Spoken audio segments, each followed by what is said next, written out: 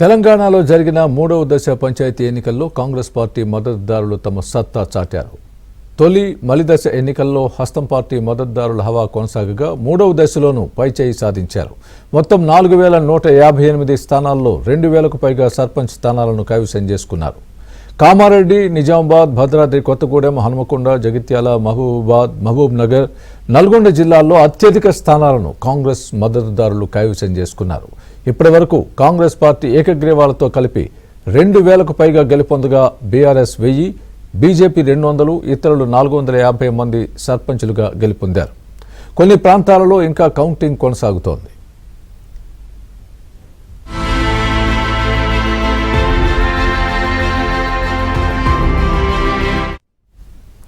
ఉదయం 7 గంటల నుంచి మధ్యాహ్నం 1 గంట వరకు జరిగిన ఎన్నికల్లో 80.78% పోలింగ్ నమోదైంది.